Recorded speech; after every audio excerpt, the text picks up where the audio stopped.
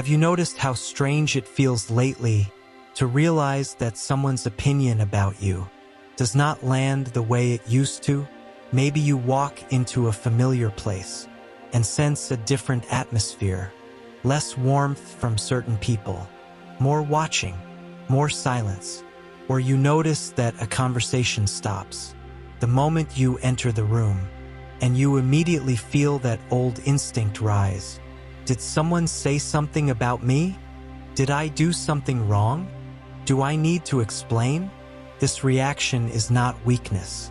It is memory, because when someone tried to ruin your reputation, they did not only attack your name, they tried to disturb your nervous system. They wanted you to feel unstable, to doubt yourself, to defend, clarify, prove. They depended on one thing, that you would keep feeding the situation with emotional energy. But something has changed. You may still feel the discomfort of being watched, but you are no longer pulled into panic. You may still notice the shift in social tone, but you are less willing to chase explanations. You are beginning to realize truth does not require constant protection. We are the Pleiadians. Our role is not to confront or punish.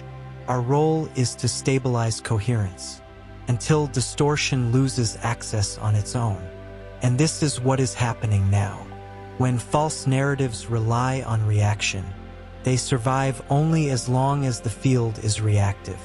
But when your system becomes quieter, the narrative loses circulation. It begins to collapse. Exposure does not start with drama. It starts with structural weakness. Inconsistencies appear. Details don't match. People sense something is off. Not because you announced anything, but because the story can no longer hold itself together. This is the moment you are in, and it can feel unsettling, because your mind still wants to do what it learned long ago.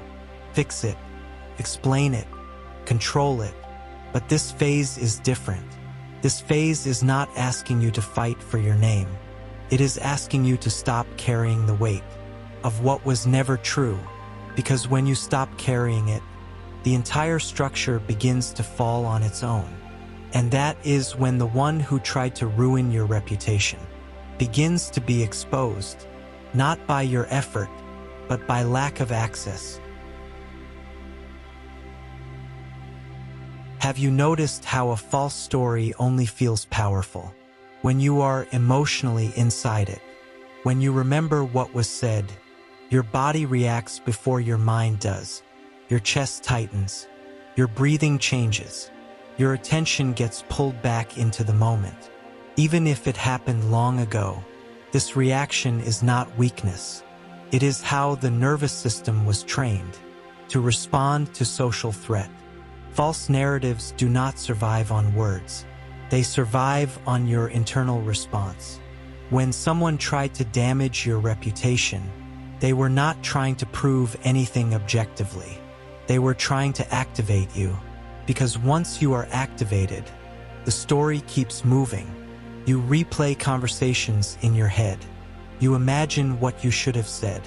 You feel the urge to explain yourself to people who never asked for clarification. This is how distortion circulates, not through facts, but through emotional charge. The moment your body reacts, the narrative stays alive. The moment you defend yourself internally, the story gains energy. But something is different now.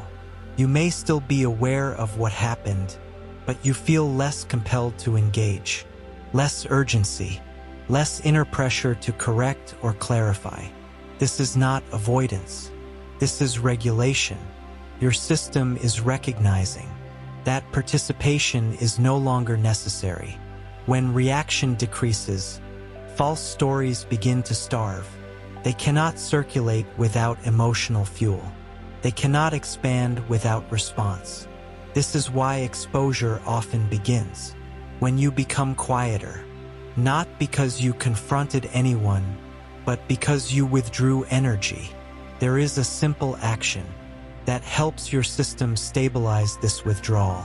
not as a belief, as an orientation. Write the exact sentence in the comments. I do not feed false narratives. This action matters because naming non-participation signals safety to your nervous system when your body no longer feels that it must defend. Emotional hooks loosen, and when emotional hooks loosen, the narrative loses its last point of access. The consequence is tangible, less internal tension, less replaying old conversations, more distance without effort. You are not suppressing the truth. You are allowing truth to exist without needing your energy. And when truth stands on its own, falsehood collapses naturally. Have you ever noticed that certain reactions toward you felt disproportionate? You look back and see that you were not confrontational, not demanding, not even expressive, and yet something intensified around you. This creates a subtle confusion because the mind searches for logic. What did I do? What did I miss? Why did this turn against me? When someone tried to damage your reputation, it was not triggered by a specific action. It was triggered by what your presence represented. Your stability removed a reference point that others unconsciously depended on. When you do not mirror anxiety, when you do not rush to soothe discomfort, when you do not collapse into explanation, the system around you loses predictability. For someone whose sense of safety comes from controlling emotional outcomes, this feels destabilizing. Not consciously, at the level of the nervous system, stability can feel like distance to someone who relies on emotional leverage. And when leverage disappears, the impulse to restore it appears. This is where projection enters. Projection is not a strategy. It is a reflex. Instead of recognizing internal tension, the mind places it outside. A story forms, not because it is true, but because it temporarily regulates discomfort. This is why false narratives often feel rushed, emotionally loaded, and loosely constructed. They are not meant to last. They are meant to relieve pressure. But projection requires cooperation. It needs you to internalize the story. It needs you to doubt yourself. It needs your nervous system to stay slightly destabilized.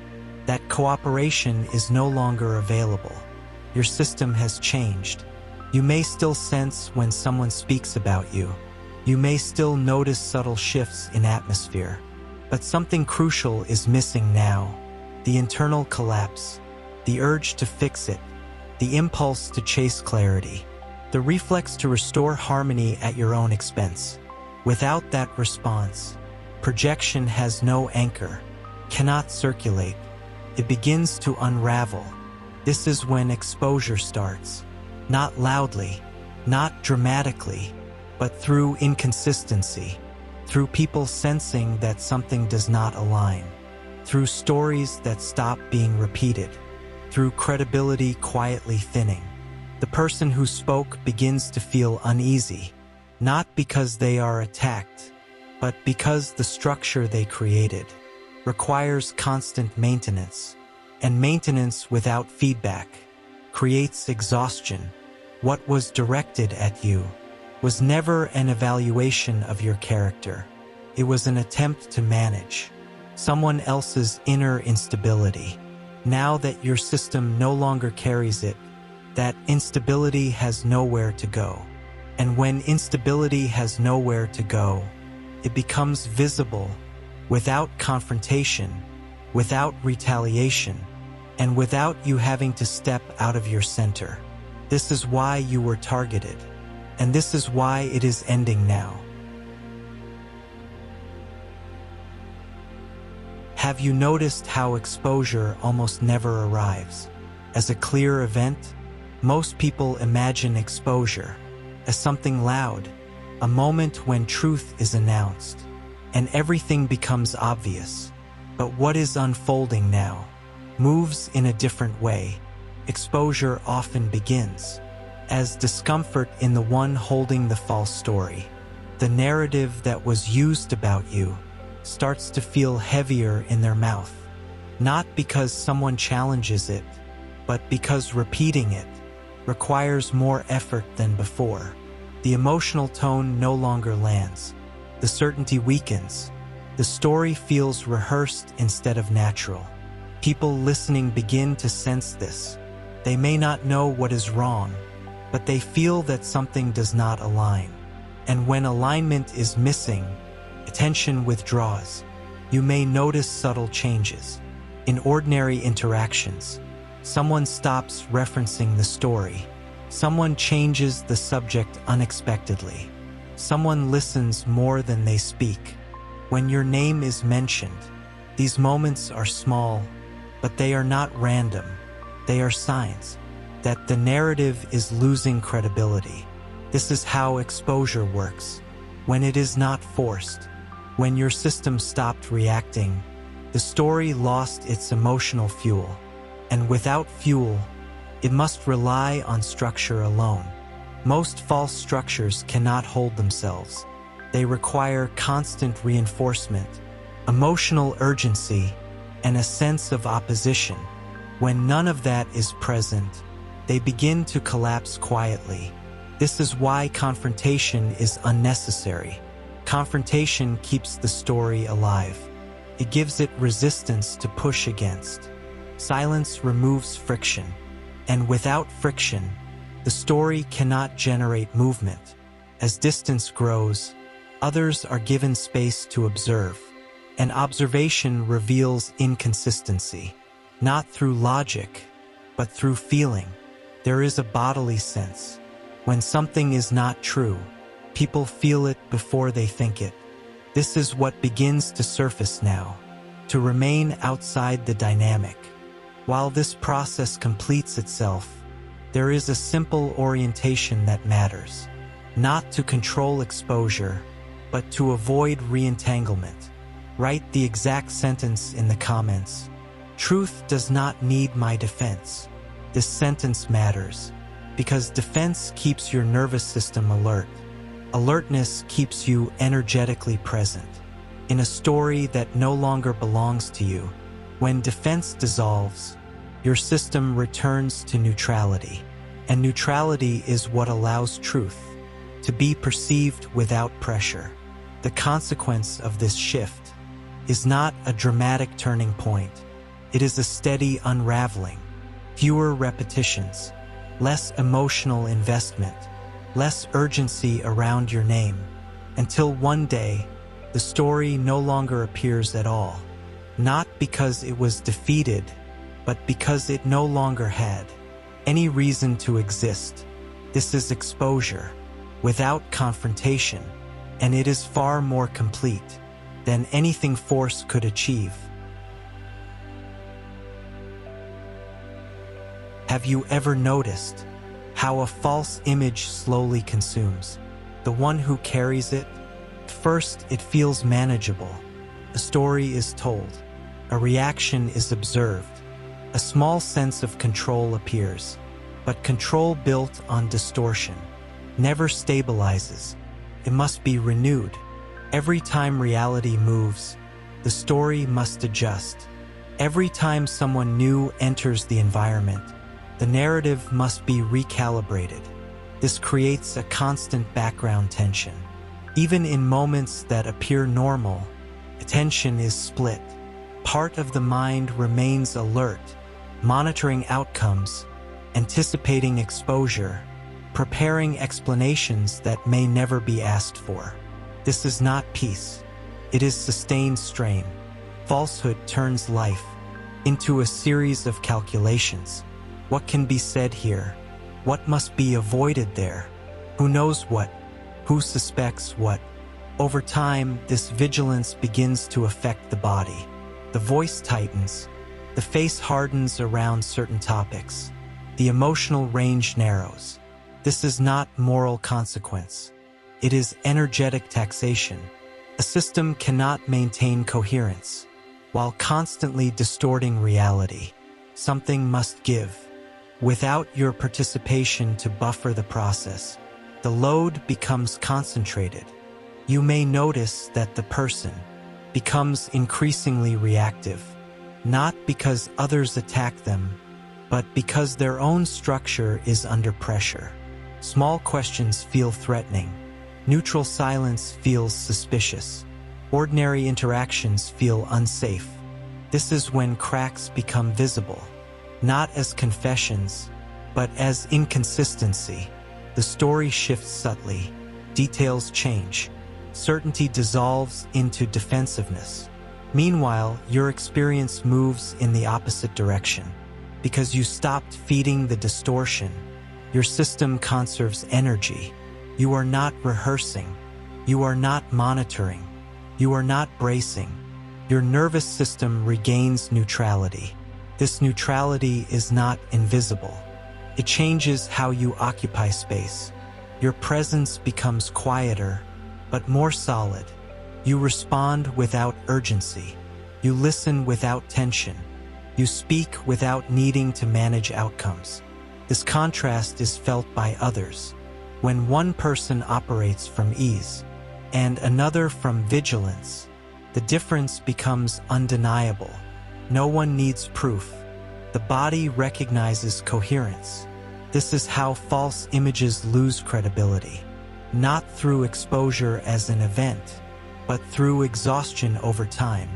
The cost of carrying distortion eventually exceeds its perceived benefit. And when that threshold is crossed, collapse follows naturally. What remains is not punishment.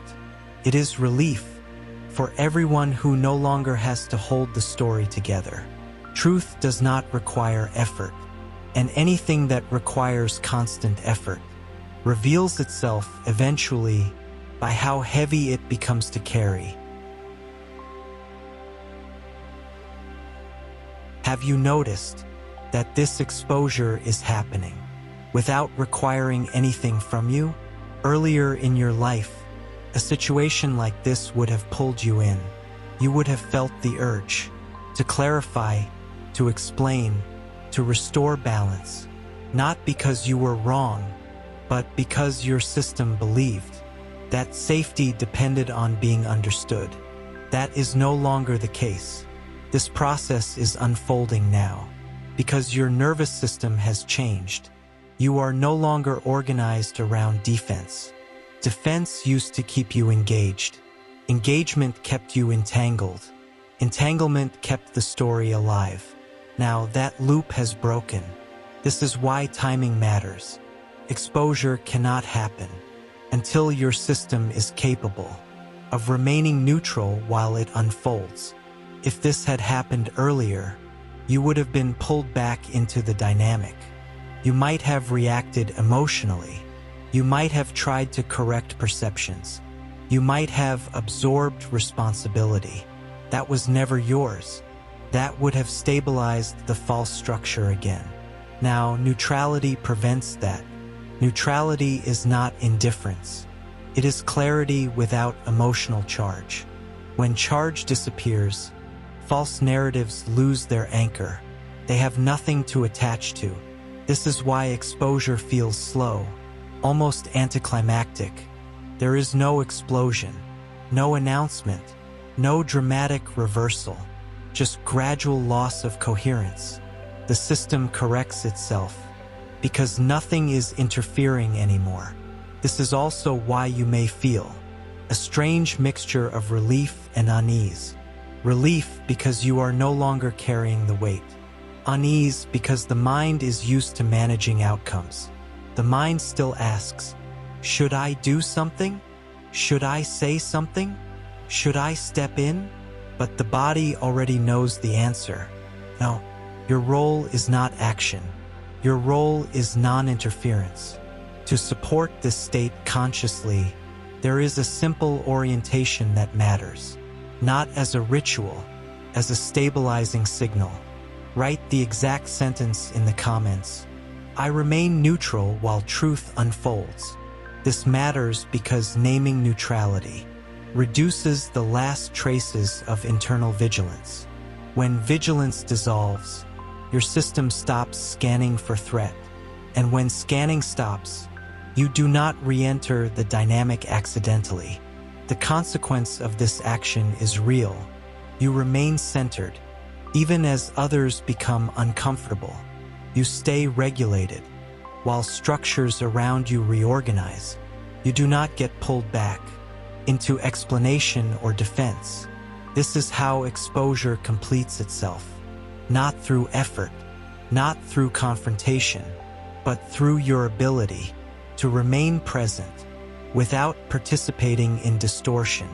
That ability is new, and it is exactly why this phase is happening now.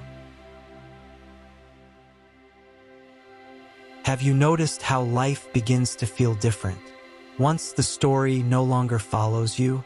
Not in a dramatic way, not as relief that announces itself, but as the absence of something you did not realize you were carrying.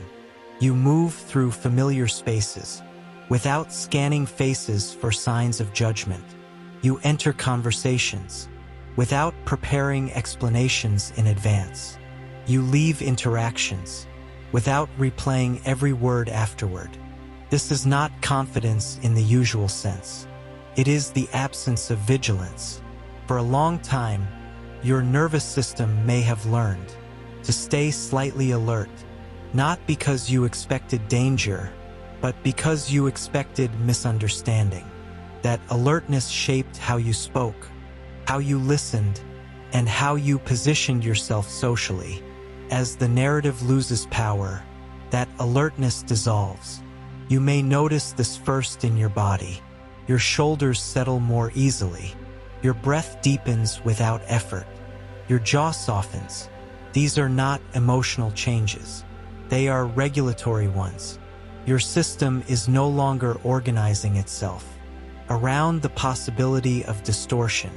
This shift also changes how others relate to you. Some people become quieter around you, not distant, just less performative. They no longer test reactions. They no longer seek confirmation.